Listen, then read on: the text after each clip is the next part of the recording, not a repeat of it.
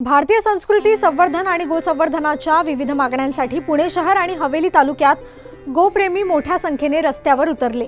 श्रीराम मंदिरापासून वारी काढत हा जनसमूह खडकमाळ येथील तहसील कार्यालयात पोहोचला आणि तहसीलदारांना निवेदन सादर केले।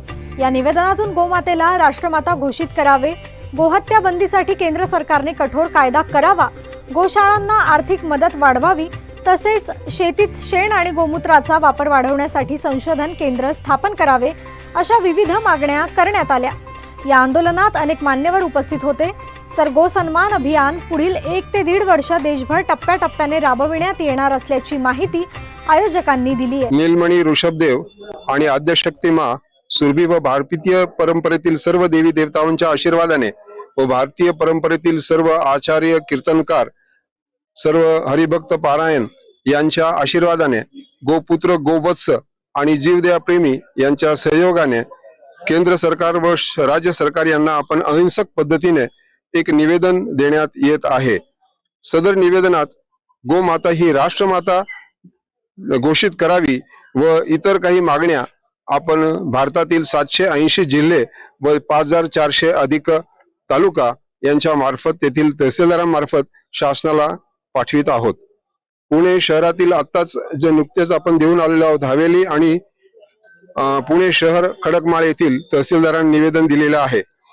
त्या निवेदनात आमचे अग्रणी मिलिंद भाऊ एकबोटे, संजयजी भोसले, प्रकाशजी काळे, प्रकाशजी कुलकर्णी, डॉक्टर दिनेशजी खंडेलवाल आणि राज्य प्रभारी दिनेशजी चौधरी आणि तालुका प्रभारी श्रीमान शाह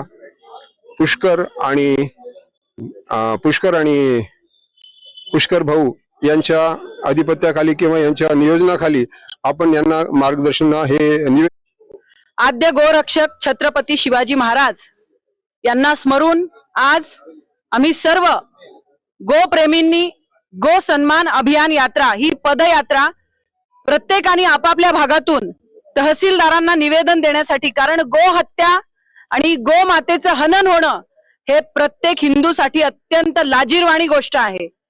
सतत गो हत्या होणं, रोज गो हत्या होणं आणि गो हत्या झाल्यानंतर गोरक्षकांवर म्हणजे कसायांना शासन करण्यापेक्षा गोरक्षकांवर अनेक गुन्हे दाखल केले जात आहेत। ही सुद्धा अत्यंत निंदनीय बाब आहे आणि याच्या निषेधार्थ आज अनेक गोप्रेमींनी गो सन्मान यात्रेमध्ये सहभाग घेतलेला आहे।